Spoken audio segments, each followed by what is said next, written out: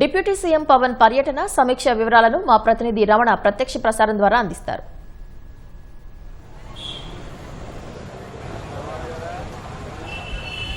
Thank you పవిత్ర. తూర్పుగోదావరి జిల్లా సంబంధించినటువంటి ప్రజాప్రతినిధులు అలాగే అధికారులతో ఉప ముఖ్యమంత్రి పవన్ కళ్యాణ్ సమీక్ష నిర్వహిస్తున్నారు. రాజమహేంద్రవరం పర్యటనకు వచ్చినటువంటి పవన్ కళ్యాణ్ కొద్దిసేపటి క్రితమే గోదావరి తీరంలో పర్యటించి గోదావరి నదిలో జరుగుతున్నటువంటి కాలుష్యానికి సంబంధించినటువంటి అంశాలను స్వయంగా పరిశీలించారు. వీటన్నిటికి సంబంధించి దగ్గరుండి నదిలో తిరుగుతూ పంటు పైన తిరుగుతూ వాటన్నిటి కూడా ఫోటోలు తీసుకున్నారు, వీడియోలు కూడా తన సెల్ ఫోన్ ద్వారా చిత్రీకరించారు. వీటన్నిటికి సంబంధించినటువంటి అంశాలపై ప్రస్తుతం ఉన్నత స్థాయి సమీక్ష నిర్వహిస్తూ ఉన్నారు. జిల్లా కలెక్టర్ అలాగే ఉన్నతాధికారులు, పొల్యూషన్ కంట్రోల్ బోర్డు అధికారులు, అదేవిధంగా clean Krishna and Godavari mission సంబంధించినటువంటి అధికారులందరూ కూడా ఈ సమీక్షలో పాల్గొన్నారు. ప్రస్తుతం రాజమహేంద్రవరం మున్సిపల్ కార్పొరేషన్ కార్యాలయంలో ప్రస్తుతం ఈ సమీక్ష అనేది జరుగుతోంది. ప్రత్యేకించి తన పరిశీలనలో కొద్దిసేపటి క్రితము 2 గంటల పాటు గోదావరిలో పరిశీలించి తిరిగి అక్కడ గమనించినటువంటి అంశాలను ప్రస్తుతం అధికారుల వద్ద పవన్ కళ్యాణ్ ప్రస్తావిస్తూ ఉన్నారు. ప్రధానంగా రాజమహేంద్రవరంలో మురుగునీటిని శుద్ధి చేసి వాటిని నదిలో కలుపుతున్నటువంటి నల్ల కాలువ ఛానల్ను పవన్ కళ్యాణ్ స్వయంగా పరిశీలించారు. అక్కడికి నడుస్తూ వెళ్ళి అక్కడ మురుగునీటిని శుద్ధి చేసేటటువంటి మొత్తం వ్యవస్థను కూడా పరిశీలించారు. అక్కడ ఎట్లా జరుగుతుంది, ఎలాంటి ప్రమాణాలు పాటిస్తున్నారు, నదిలో మురుగునీరు కారణానికి కారణం ఏంటనేటువంటి విషయాన్ని సమగ్రంగా స్థానికులతో కూడా అడిగి తెలుసుకున్నారు. వారు చెప్పినటువంటి అంశాలు అలాగే ఫిర్యాదులు అన్నింటినీ కూడా ప్రస్తుతం సమావేశంలో ప్రస్తావిస్తున్నారు. గోదావరిలో జరిగేటటువంటి కాలుష్యంపై పవన్ కళ్యాణ్ చాలా సీరియస్గా ఉన్నట్టుగా తెలుస్తుంది. దీనికి సంబంధించి అధికారులందరితో కూడా ప్రత్యేకించి ఎక్కడెక్కడ కాలుష్యం జరుగుతుంది అన్నటువంటి విషయాన్ని ప్రస్తుతం సమీక్షిస్తున్నారు. మొత్తం గోదావరి తీరం పొడవున కూడా పలు పరిశ్రమల నుంచి కావచ్చు, అలాగే సమీపంలో ఉన్నటువంటి పట్టణాలు అదేవిధంగా గ్రామాల నుంచి కూడా శుద్ధి చేయకుండా నీటిని గోదావరిలో కలుస్తున్నాయని చెప్పేసి స్థానికులు చెబుతున్నారని, వీటన్నిటిపైన ఎలాంటి చర్యలు తీసుకున్నటువంటి విషయాన్ని వారు అధికారులను నేరుగా ప్రశ్నిస్తూ ఉన్నారు.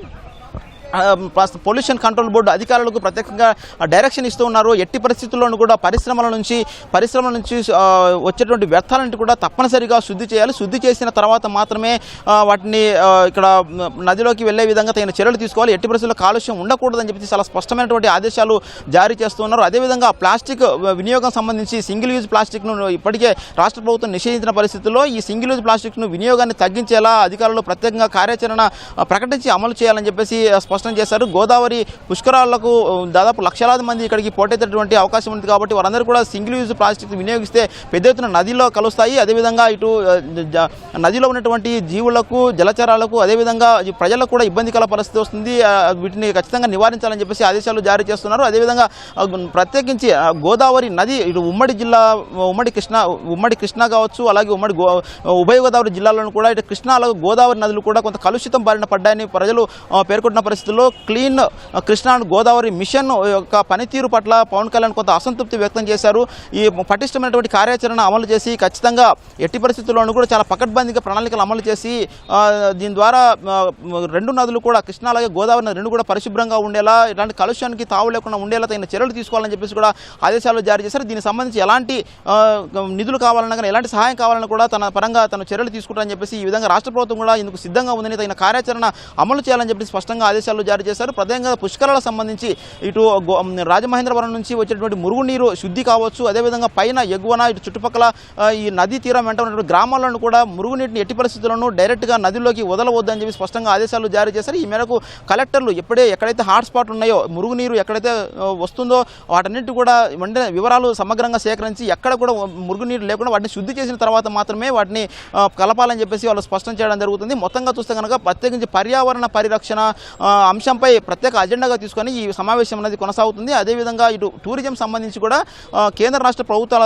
సమన్వయంతో అఖండ గోదావరి ప్రాజెక్టును కూడా చేపడుతున్నారు. ఈ ప్రాజెక్టు సంబంధించి పురోగతిపై కూడా పవన్ కళ్యాణ్ అధికారులను అడిగి తెలుసుకున్నారు. పర్యాటక శాఖ మంత్రి కందుల దుర్గేష్ ఈ ప్రాజెక్టు సంబంధించి ప్రత్యేక నివేదికను కూడా పవన్ కళ్యాణ్కి అందజేశారు.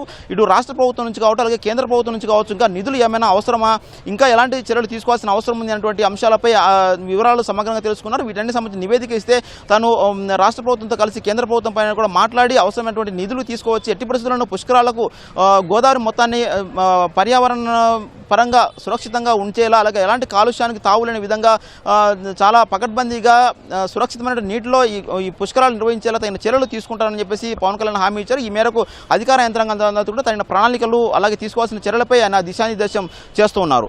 ఇలా గోదావరి పుష్కరాలకు సంబంధించి ఎట్టి పరిస్థితులను ఎవరికి ఇబ్బంది కలగకుండా పటిష్ట చర్య తీసుకొని కార్యాచరణ అమలు చేయాలని చెప్పేసిగా నిర్దిష్టమైనటువంటి ఆదేశాలు పవన్ కళ్యాణ్ జారీ చేస్తున్నారు. ఇది ఇక్కడ ఉన్నటువంటి తాజా పరిస్థితి. కెమెరామెన్ సూర్యప్రకాష్ కలిసి వెంకటరమణ.